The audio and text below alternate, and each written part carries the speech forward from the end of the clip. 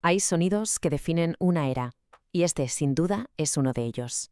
El sonido de la ambición humana, de la curiosidad, de nuestro deseo de ir siempre un poco más allá, a las estrellas. La imagen nos viene a todos a la cabeza, ¿verdad? Una columna de fuego y humo, un gigante de metal que se eleva desafiando la gravedad. Es un símbolo de la modernidad, de nuestra capacidad para superar lo que parecen ser los límites de nuestro propio planeta.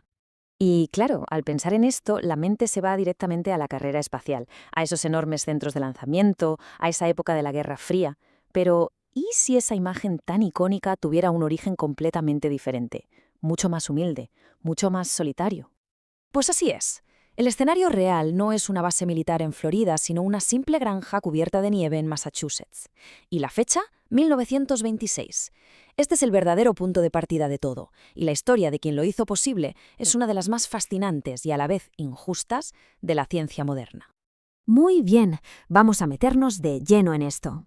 Porque para entender el cohete primero hay que entender al soñador, hay que conocer a Robert Hutchins Goddard, el hombre que, prácticamente en solitario, puso los cimientos de todo lo que vendría después. Goddard no era un aficionado cualquiera, para nada. Era un académico muy brillante, un físico que desde muy joven se obsesionó con la idea de viajar al espacio. Y ojo, en 1919, mientras el mundo aún se estaba recuperando de la Primera Guerra Mundial, él va y publica este pequeño libro, un librito que, sin que casi nadie se diera cuenta, contenía el mapa hacia el futuro.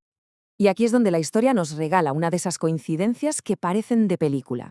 Mientras Goddard estaba en Estados Unidos con sus teorías y sus prototipos, al otro lado del mundo, en Rusia, Konstantin Tsiolkovsky estaba haciendo exactamente lo mismo, pero en el plano teórico.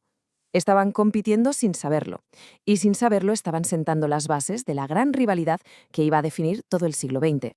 Pero la diferencia clave es que Goddard fue el primero que se atrevió a pasar de la teoría, del papel, a la práctica. Así que vamos a ver cómo fue ese primer lanzamiento, un evento que, aunque visto con los ojos de hoy parezca minúsculo, lo cambió absolutamente todo. El cohete se elevó solo 61 metros. Para que nos hagamos una idea, eso es como un edificio de unas 20 plantas. Hoy en día, claro, nos puede parecer casi ridículo, pero en 1926 eso fue un salto de gigante para la humanidad. Y la velocidad, 90 kilómetros por hora. Más lento que muchos de los coches de la época. Pero es que el objetivo no era batir récords. Lo que demostró ese día fue algo mucho más importante, que un cohete de combustible líquido podía volar, que la idea funcionaba. El gran Isaac Asimov lo describió a la perfección. Fue un momento tan decisivo como el primer vuelo de los hermanos Wright. ¿Y por qué? Porque ninguno de los dos eventos fue espectacular en sus cifras, sino en su significado. Demostraron que lo que hasta ese día era imposible, de repente, era posible. Abrieron una puerta que ya nunca más se podría cerrar.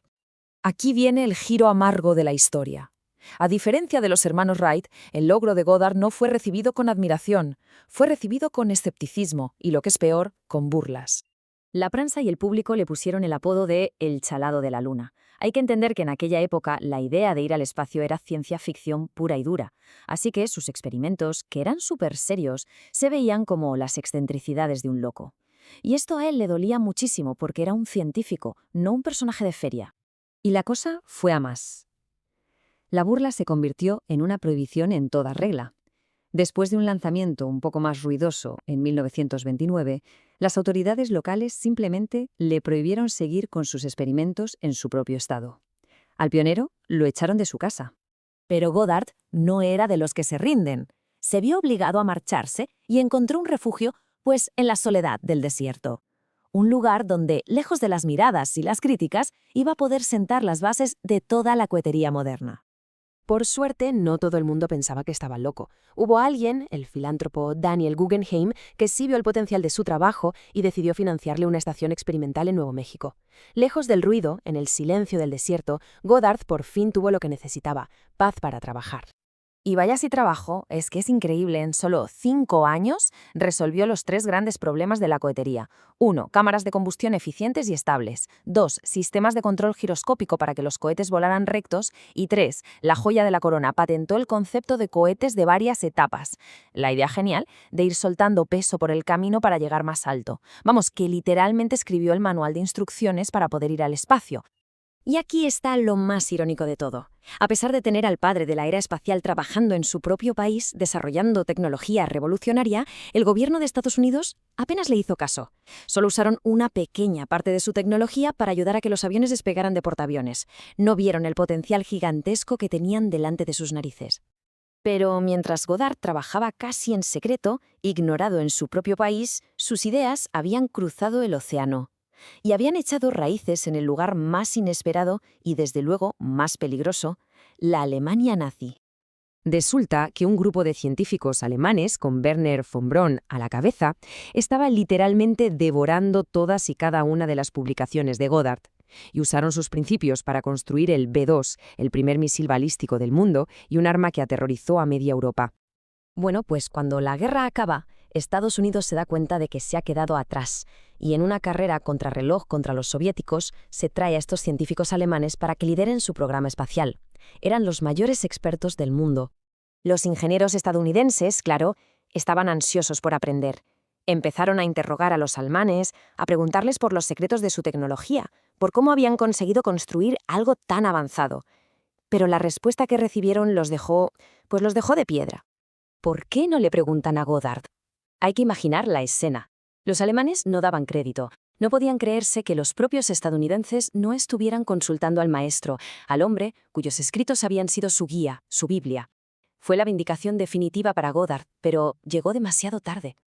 Goddard murió en agosto de 1945, justo cuando el mundo entraba en la era atómica, sin llegar a saber que su trabajo sería la base de la siguiente gran revolución, la era espacial. Su viaje fue un viaje en solitario. Desde un campo nevado, pasando por la burla y el exilio, hasta el reconocimiento póstumo por parte de quienes habían sido sus rivales. Y todo esto nos deja una pregunta en el aire. La historia de Goddard nos recuerda que las ideas que de verdad cambian el mundo a menudo nacen en la soledad y que casi siempre son recibidas con escepticismo o burla. Y nos obliga a pensar, ¿a quiénes estaremos ignorando hoy? ¿Qué ideas revolucionarias se nos están escapando?